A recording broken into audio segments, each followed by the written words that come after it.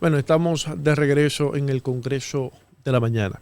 Patricia mencionaba, y yo quiero que ella sea que lo mencione nuevamente, el tema del Partido de la Liberación Dominicana y las aspiraciones de algunas figuras importantes de esa organización política y que en algún momento de su historia también han tenido aspiraciones. Incluso el caso de Gonzalo Castillo ha sido candidato de esa organización política en el año 2020 cuando el PLD sacó un 37%. Así es, en el día de ayer el vocero de la bancada de diputados del PLD, diputado Gustavo Sánchez, quien ha sido en reiteradas ocasiones muy enfático diciendo que él apoyaría una candidatura del ex ministro de Obras Públicas y ex candidato presidencial en el 2020, el ingeniero Gonzalo Castillo. Pues ayer Gustavo dijo que sí. Confirmó que el compañero Gonzalo Castillo aceptó presentarse como aspirante a la candidatura presidencial del PLD, afirmó el diputado Gustavo Sánchez al Listín Diario. Con el tema de Gonzalo, a Gonzalo se le ha preguntado en reiteradas ocasiones y él le ha respondido lo mismo, que él en este momento no es aspirante ni tiene esa aspiración, pero que faltan 3 años y que él es miembro del PLD, que él fue candidato presidencial, que fue ministro de Obras Públicas. A raíz del fracaso del INE Exención, a Gonzalo se le empezó a medir muchísimo en medios de comunicación con su gestión de obras públicas, y también se ha comparado la rendición de cuentas que hizo el exministro de Obras Públicas del INE Exención del primer año con la rendición y las memorias de la gestión de Gonzalo Castillo. Un funcionario bien valorado que trabajó y no fue muy mediático, sin embargo reconocido y con alta valoración. En la campaña del 20, pues quedó, como decía Randy, en un 37%. No aspiró en el año 2024. Y hoy también vemos en medio que a raíz de esta declaración del diputado Gustavo Sánchez está el debate jurídico de que si pudiera un dominicano que está en un proceso judicial aspirar a la presidencia. Y entonces ahí también leí un debate jurídico que tiene muchísimo sentido y que no afectaría en caso de que él quisiese aspirar, porque lo que dice nuestra Constitución es que no puede estar sentenciado, pero aquí hay una presunción de inocencia que hasta que no haya una sentencia con la autoridad de la cosa irrevocablemente juzgada, no como la de Alexis, por ejemplo, que está en primer grado, no, eso va a apelación y después a la Suprema, incluso hay recursos internacionales, hasta que no haya una sentencia definitiva, todos los dominicanos tienen pleno gozo de sus facultades civiles y políticas. O sea, que él sí pudiese aspirar a la interna del PLD para ser el candidato con miras a las elecciones del 2028. Y aquí entonces, en mi turno, antes de pasarle a mis compañeros, yo entiendo que todo el político, todo el funcionario público que ha hecho una vida de servicio político, pues tiene aspiraciones, sobre todo cuando ha estado en el tren gubernamental, lo ha hecho bien y pudiese ver que quienes están ahora no lo están haciendo bien. Su vocación de servicio, su capacidad y su experiencia, pues le da para aspirar. El PLD tiene muchísimos posibles candidatos potables, buenos, que ustedes conocen, y otros que han trabajado que quizás no tienen tanta exposición y no se reconocen. Mire cómo la candidata a vicepresidencia, Soraima Cuello, sorprendió a la República Dominicana, que quién era, que wow, que de dónde salió. Sin embargo, ella fue parte de los gobiernos del expresidente Danilo Medina y dentro del PLD conocida y valorada. Entonces, deberían de salir todos. ¿Por qué? Porque eso hace que se dinamice la militancia del partido, que esos miembros del PLD que estaban apagados, pues se motiven a trabajar por el partido.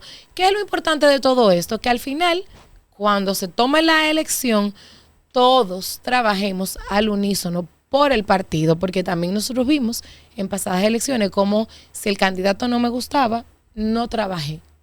Ahí fue el problema del PLD. Entonces yo pienso que deberían de salir todos. Todavía la doctora Margarita Cedeño no ha dicho nada, pero también tiene sus equipos ahí listos. Domínguez Brito, Domínguez Brito siempre ha tratado de aspirar, no se sabe si lo hará ahora.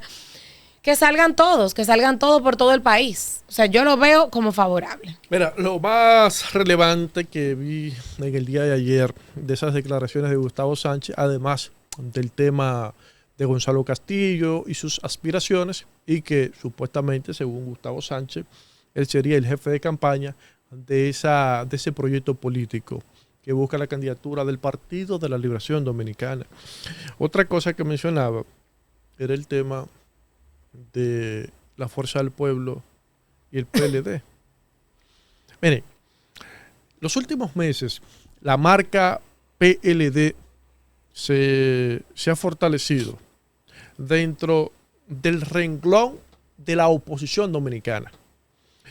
Cuando hablo del renglón de la oposición dominicana, hago referencia a que en el año 2020, en el 2020, el PLD como partido sacó un 29% como partido. La Fuerza del Pueblo como partido saca un 8% en las presidenciales. Eso hizo alrededor de un 37%. En las elecciones del 2024, el PLD y la Fuerza del Pueblo juntos sacan nuevamente un 37-38%. Según las encuestas que se han seguido realizando en los últimos meses, el PLD y la Fuerza del Pueblo mantienen juntos ese 37 y rondan entre un 36 y un 38%. Ahora, dentro de ese 36-38%, el PLD como marca se ha venido fortaleciendo en detrimento, lógicamente, de la Fuerza del Pueblo porque tienen el mismo target. Esto ha provocado que la Fuerza del Pueblo cambiara la estrategia y rompiera el pacto que se hizo en el año 2023 de que no se iban a estar juramentando líderes del PLD y el PLD no estaría juramentando líderes de la Fuerza del Pueblo que pasaran hacia allá. Esta situación ha traído una reacción de parte del PLD. Y lo que dijo Gustavo Sánchez en el día de ayer no son palabras de Gustavo Sánchez, no. Son una reunión entre la cúpula del Partido de la Liberación Dominicana, donde llegaron al consenso que su principal enemigo de cara a los próximos comicios se llama la Fuerza del Pueblo, porque es quien amenaza la existencia del Partido de la Liberación Dominicana. Los partidos políticos, al igual que cualquier organización social, establecen metas, tienen objetivos acorde a sus prioridades. La prioridad del Partido de la Liberación Dominicana en este momento no es alcanzar el poder, porque para alcanzar el poder primero hay que existir. La prioridad del Partido de la Liberación Dominicana es la sobrevivencia. Y como la sobrevivencia es su prioridad fundamental, quien amenaza esa sobrevivencia, esa existencia PLDista, se llama la Fuerza del Pueblo. Y ellos lo establecieron claro. Parece que le tomó muchísimo tiempo entender lo que nosotros venimos diciendo desde hace ya como 4 o 5 años, desde que se produjo la división, que al tener el mismo target, el PLD y la Fuerza del Pueblo, el crecimiento de uno implica automáticamente el descrecimiento del otro. Ahora, ¿cuál es el otro elemento a destacar de todo esto?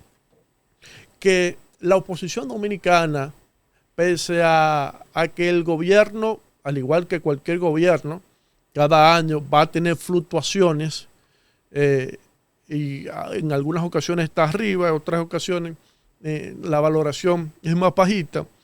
Entonces, pese a que la fluctuación del gobierno en este momento está en uno de sus puntos más difíciles en los 5 años de gobierno, no han podido aprovechar eso para ellos atravesar ese 37-38% como oposición dominicana. No han podido hacerlo por dos razones fundamentales. Una, porque se están concentrando en desbaratarse ellos internamente entre PLD y Fuerza del Pueblo. Y dos, dentro de la misma Fuerza del Pueblo hay una crisis. ¿En la Fuerza del Pueblo hay una crisis? Hay una crisis. ¿Cuál? Con el tema del grupo de Leonel Fernández y el grupito de Omar Fernández. Yo no sé dónde tú sacas eso, porque toda la gente de la Fuerza del Pueblo dice que eso no es verdad. No, eso no. Toda la gente de la Fuerza del Pueblo no dicen eso. Toda la gente de la Fuerza del Pueblo no dicen eso. Entonces, ¿cuál es la lógica? ¿Cuál es la lógica de los líderes de Omar Fernández, del grupo de Omar Fernández? Ellos dicen, si Leonel Fernández es el candidato en el 28, en el hipotético caso que gane, nosotros como grupo entonces tendríamos que esperar a 2036 para poder aspirar, para poder llevar a Omar como candidato. Pero en el 36 sería complicado salir del padre para regresar para venir con el hijo posteriormente. Entonces sería unas elecciones bastante complicadas de ganar en el 2036 por el nepotismo y toda esa construcción discursiva que se podría crear. Pero en el caso de que pierda, entonces tendrían que enfrentar en el año 2032 a un candidato del PRM que estaría en una reelección, lo cual indica la historia en República Dominicana que es muy difícil que la pierdan. Es muy difícil que la pierdan. Entonces esa es la realidad que se tiene con relación a eso. Tu realidad, ese grupo de muchachos que está alrededor y otros que no son muchachos, como el caso de Félix Bautista, como el caso de Víctor Díaz Rúa, que están alrededor de Omar, entienden que el momento de Omar Fernández es ahora, si no le podría ocurrir lo mismo que le pasó a la ex esposa del líder de la Fuerza del Pueblo, Margarita Cedeño. Mira, esa es la lógica de ellos, y por eso ese enfrentamiento se agudiza cada vez más. Yo quiero también opinar, aunque más breve, del tema y limitarme solamente a lo de Gonzalo Castillo, que fue el tema original, ¿no? Claro. A consecuencia de este análisis que hace Randy Estrella. Yo me quedo en el tema yo creo que al PLD le conviene esta decisión y este anuncio. Recuérdese que mucha gente ve a Gonzalo Castillo como si fuera un hazme reír y se burla de él a partir de aquella expresión de Danilo Medina del penco, al referirse, como dicen los sureños, a algo muy grande, algo grande. Y hay que decir que en el fondo ese penco, o como usted quiera verlo, como hazme reír, si usted es contrario al PLD o a esa persona, a mi juicio fue alguien que en obras públicas hizo, yo no recuerdo que una gestión que supere la de él en obras públicas, yo personalmente. Y miren que yo trabajé en obras públicas. Gracias. Yo fui asistente de Ricardo Canalda, lo reitero, asistente de prensa de Ricardo Canalda, secretario de Obras Públicas, en los gobiernos de Joaquín Balaguer del 86 al 96. Y Gonzalo Castillo lo hizo bien, sin ser ingeniero, sin ser arquitecto, sin ser un especialista en nada de obras públicas. Lo hizo bien, porque demostró con gerencia que las cosas se hacen cuando hay equipo de trabajo, cuando hay equipo que funciona y que responde a una línea de que las cosas se hagan bien. Y recuérdese que con ese Gonzalo Castillo, un 38% en un partido dividido, diezmado por el desgaste del poder y con 1000 problemas que había internos, un 38% que no es pajita de coco. De manera que yo pienso que tiene su peso específico y eso hay que reconocerlo. Vamos a esperar a ver qué pasa. Sí, Francisco Domínguez Brito aspira, él lo dijo aquí, ahí sentado. Que yo no estuve ese día. Tú no estuviste aquí, pero él estuvo ahí. Sí, dijo que sí. Sí, él lo ratificó. Y tiene equipos importantes. Y motivó el porqué. De manera que la cosa en el PLD dependerán de cómo ellos puedan entenderse. Porque, como dije ahorita. De ahí dependen muchas cosas, cómo ellos se puedan entender. Hasta ahora yo no soy muy optimista en ese sentido. Ay, Dios. Porque yo conozco muchas cosas. Conozco a lo interno del PLD corriente que están inclinándose hacia la fuerza del pueblo Y tú lo sabes que es así. No, yo no. No hay que ser experto. No hay que ser ningún experto ni es que somos primo hermano, entonces hay muchos. Mire qué pasa. No repita eso, que te saque. Pero, bueno, ahorita me mandan una carta. Bueno, yo lo dejo ahí. Mi análisis terminó. Pues vamos a dejarlo ahí ya, si no voy a hacer cosas que me llegue mi carta, licitación al comité disciplinario.